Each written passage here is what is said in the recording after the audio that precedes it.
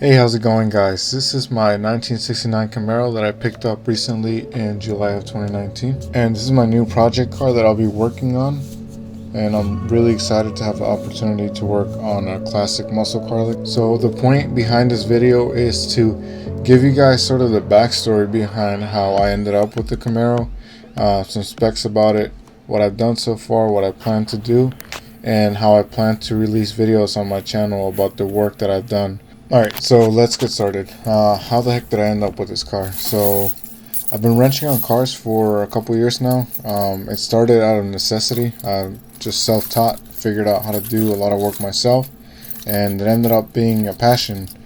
And eventually I ended up doing little side jobs working on cars for friends and family. So, word of mouth got around that I was pretty good at working with cars. So, long story short, a family friend knew of me, had done some work on some of his cars as well, and he let one of his niece know that I worked on cars, and she happened to have a 69 Camaro. So the car belonged to her dad, who passed away, and she ended up keeping the car because it was in memory of her dad.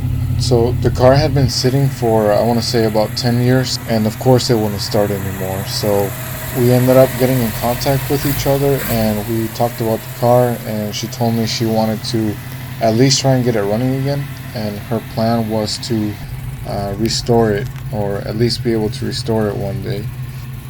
So I was presented with an opportunity to work on a 69 Camaro, a classic American muscle car, so of course I didn't turn that opportunity down. So I started wrenching on the car, and of course, the carburetor was pretty gunked up, and who knows how long ago they had done the oil change on it, and definitely the gasoline in there was bad. So I ended up learning how to rebuild a carburetor. I got it rebuilt. Of course, there was a whole bunch of other things that were broken on it or had to be replaced, but I did eventually get it running, which was pretty awesome. I have a video of it somewhere, but unfortunately I can't find it at this moment. It was the first time it ran since it had been sitting for 10 years, and it definitely put up a fight.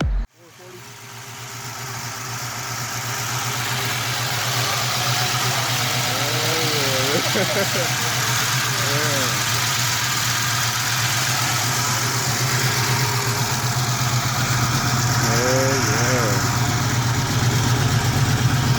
69 Camaro finally running after 10 years of sitting.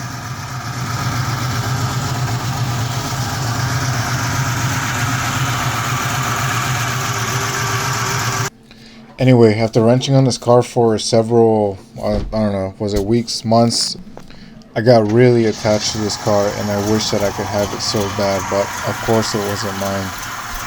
So I got it running for her eventually, and we took it to a restoration shop one day, and they gave an estimate of around $50,000 to $70,000 to get the car restored. So that pretty much ended up being the end of me working on this car. I didn't really do much to it after, and several months went by, and then I get a text one day from her asking if I was interested in buying the car. So after doing some negotiation, we both came to a price that we agreed upon, and I ended up buying the car. Shortly after doing all the paperwork, I was, super excited to drive the car back home. But of course, the car had been sitting again for several months, so it wouldn't turn on. So the day after I got all the paperwork done, I stopped by where they had the car, and I got it running again. Alright guys, first drive with the 69 Camaro. It started right back up since I worked on it last time, and we got some nice friendly spider webs in here. Let's see, it's taking for a drive here.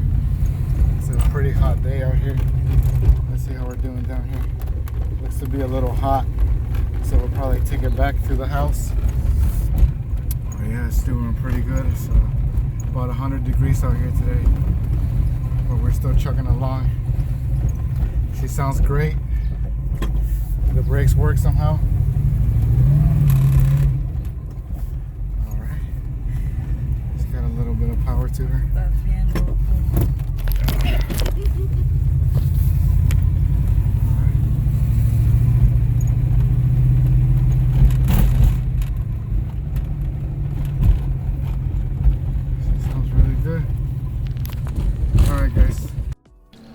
So I took it for a quick drive around the neighborhood just to make sure that everything was working.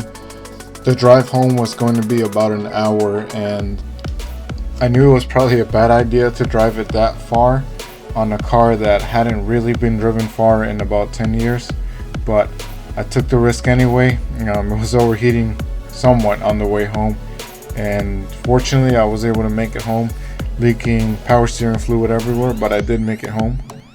So I wanted to get more information on this car, and I found the cal tag that these cars have, and that tag has codes on it, and if you go online you can decode those codes and it'll give you a lot of information about it. So what I found was that the original paint code for this car was number 53, which was Glacier Blue. I'll put up a picture of it shortly.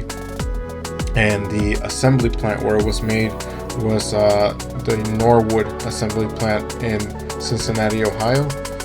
And the interior was the standard blue interior, and that was code 715. And the engine that it was sold with was a 5-liter 307 that made 200 horsepower. So I was curious to know if it still had the original engine in it, which surprisingly it did. After doing some research, I found out that the engine block should have a couple of the last VIN numbers matching, and it did, which was pretty cool. So I think the odometer was showing somewhere around 70,000 miles or so, so those were all original miles. This engine had never been changed, still the original engine the car came with. And the transmission was a Powerglide 2-speed, which was also original to this car. And the last item is that this is just a base model Camaro. It did come with a V8, but it's not an SS or an RS, just a base model. So with that being said, I mean, it's not gonna have the value that an SS or an RS would have, or any of those other hard to find Camaros, which for me means I don't really have to worry about keeping everything original with this car. I have the freedom to do whatever I want with it without worrying about making sure that every little thing is original. So it's now been about a year and 3 months that I've had the car, and I've gone ahead and done an LS swap with a T56 behind it. So at its current stage, it does run and drive, but obviously there's still a ton of work that needs to be done. The whole front end is still off the car. So the next step for this car is body work.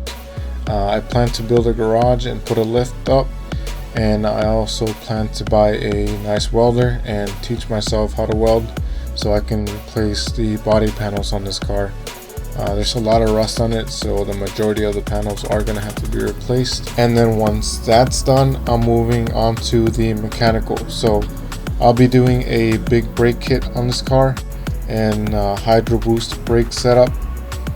And then for the engine, I plan to do either a single turbo or a twin turbo. So I've always wanted a boosted car. I've never had the chance to own one or drive one, but what I've seen on YouTube from guys like the Boosted Boys or Cletus, man, they sure do make it seem fun.